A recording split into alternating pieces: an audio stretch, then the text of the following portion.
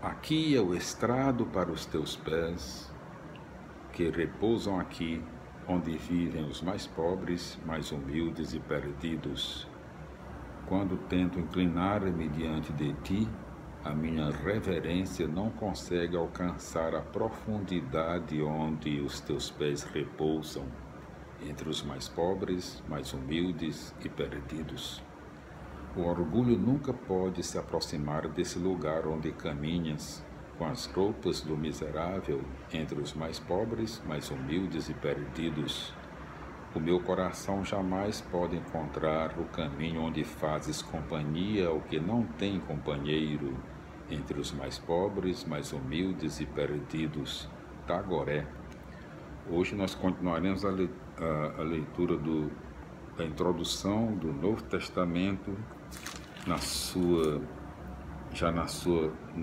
letra B, a sociedade do tempo de Jesus, na sua segunda parte. A primeira parte, economia, a segunda parte, política. Aqui é a terceira parte da introdução, né? Então, segunda parte da letra B, política. O poder efetivo sobre a Palestina está nas mãos dos romanos, mas, em geral, estes respeitam a autonomia interna das suas colônias. A Judéia e a Samaria são dirigidas por um procurador romano, mas o sumo sacerdote tem poder de gerir as questões internas através da lei judaica. Este, porém, é nomeado e destituído pelo procurador romano. O centro do poder político interno da Judéia e Samaria é a cidade de Jerusalém e o templo. Com efeito, é do templo que o sumo sacerdote governa, assessorado por um sinédrio de 71 membros, composto de sacerdotes, anciãos e escribas ou doutores da lei. O sinédrio é o Tribunal Supremo, criminal, político e registrando bem aqui que escribas são os doutores da lei, hein? Então, o Sinédrio é o Tribunal Supremo, criminal, político e religioso, né? Religioso. E sua influência se estende sobre todos os judeus, mesmo os que vivem fora da Palestina. Nas cidades também existe pequeno aparato político, conselhos locais, dominado de início pelos grandes proprietários de terras e, mais tarde, pelos escribas ou doutores da lei.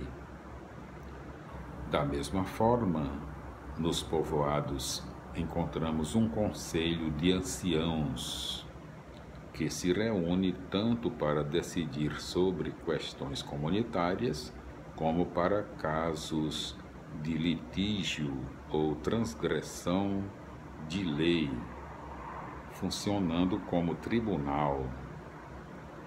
Além disso, no campo, as relações de autoridade permanente são as relações familiares.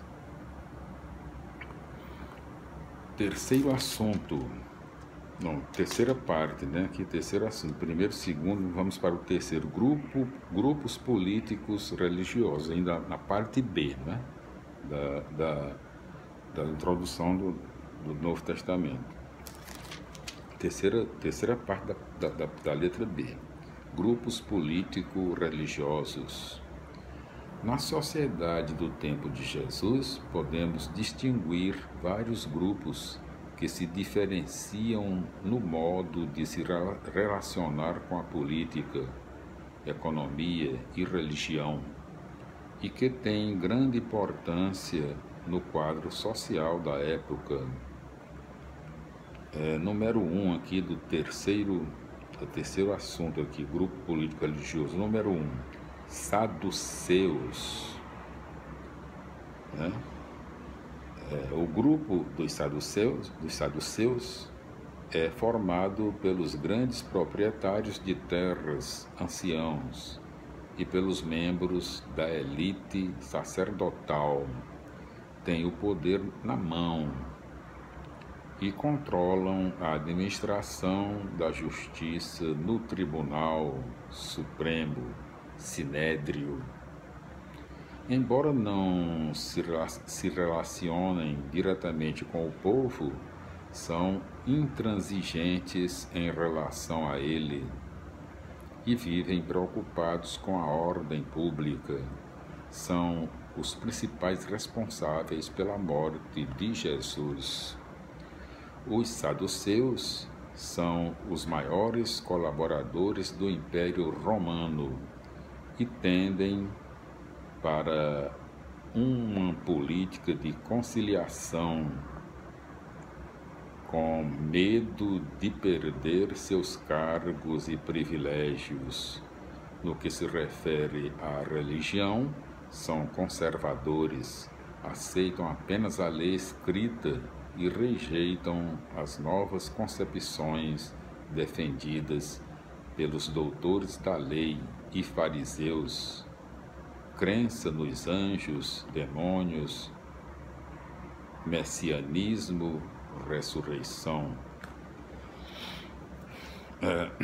Número 2, doutores da lei, escribas. O grupo dos doutores da lei vai adquirindo cada vez maior prestígio na sociedade do tempo. Seu grande poder reside no saber. Com efeito, são os intérpretes abalizados das Escrituras e daí serem especialistas em direito, administração e educação. A influência deles é exercida principalmente em 3 lugares: sinédrio, sinagoga e escola. No sinédrio, eles se apresentam como juristas para aplicar a lei em assuntos governamentais e em questões judiciárias. Na sinagoga, eles são os grandes intérpretes das Escrituras, criando a tradição através da releitura, explicação e aplicação da lei para os novos tempos. Abrem escolas e fazem novos discípulos. Embora não pertençam economicamente à classe mais abastada, os doutores da lei gozam de posição estratégica sem igual, monopolizando a interpretação das Escrituras, tornam-se guias espirituais do povo, determinando até mesmo as regras que dirigem o culto. Sua grande autoridade repousa sobre uma tradição esotérica. Não ensinam tudo o que sabem e escondem ao máximo a maneira como chegam a determinadas conclusões. Número 3. Fariseus. Fariseu quer dizer separado. Inicialmente aliados à elite sacerdotal e aos grandes proprietários de terras, os fariseus deles se afastam para dirigir o povo, embora mantenham distância do povo mais simples, que não conhece a lei. São nacionalistas e hostis ao Império Romano, mas sua resistência é do tipo passivo. O grupo dos fariseus é formado por leigos provindos de todas as camadas da sociedade, principalmente artesãos e pequenos comerciantes. A maioria do clero pobre que se opõe à elite sacerdotal também começa a pertencer a esse grupo. No terreno religioso, os fariseus se caracterizam pelo rigoroso cumprimento da lei em todos os campos e situações da vida diária. São conservadores, zelosos e também criadores de novas tradições através da interpretação da lei para o momento histórico em que vivem. A maior expressão do farisaísmo é a criação da sinagoga, opondo-se ao templo dominado pelos saduceus. Desse modo, a sinagoga,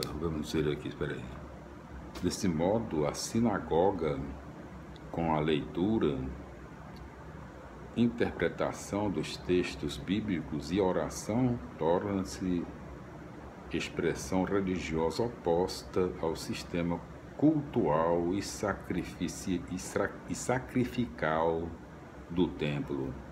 Os fariseus acreditam na predestinação, na ressurreição e no messianismo.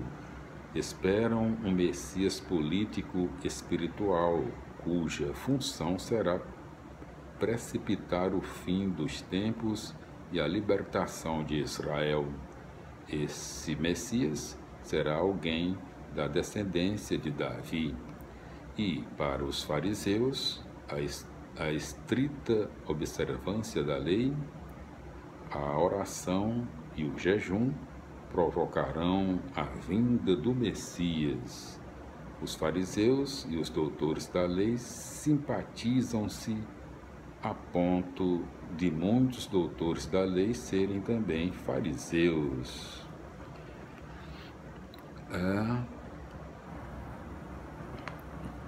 4, ainda da letra B, hein? Estamos continuando aqui, da letra B. 4. Zelotas. Zelotas. Os zelotas se constituíram a partir dos fariseus.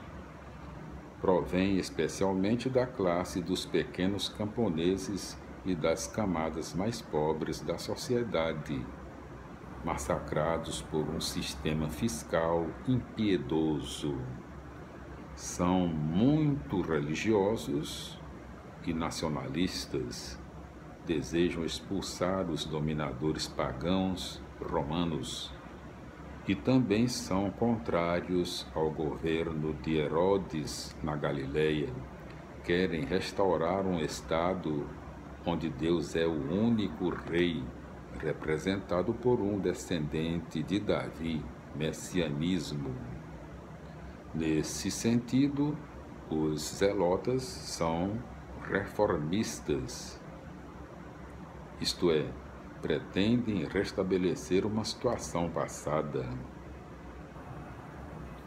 Enquanto os fariseus se mantêm numa atitude de resistência passiva, os zelotas partem para a luta armada. Por isso, as autoridades os consideram criminosos e terroristas e são perseguidos pelo poder romano. Entre os apóstolos de Jesus, provavelmente 2 eram zelotas: Simão, Marcos capítulo 3, versículo 19, e Judas Iscariotes. Simão Pedro parece adotar certos métodos dos zelotas. Voltaremos no nosso próximo vídeo com a continuação da leitura da introdução do livro do Novo Testamento, já na sua parte 5, na letra B ainda. Herodianos. Até mais. Felicidades e até os nossos próximos encontros, se Deus quiser.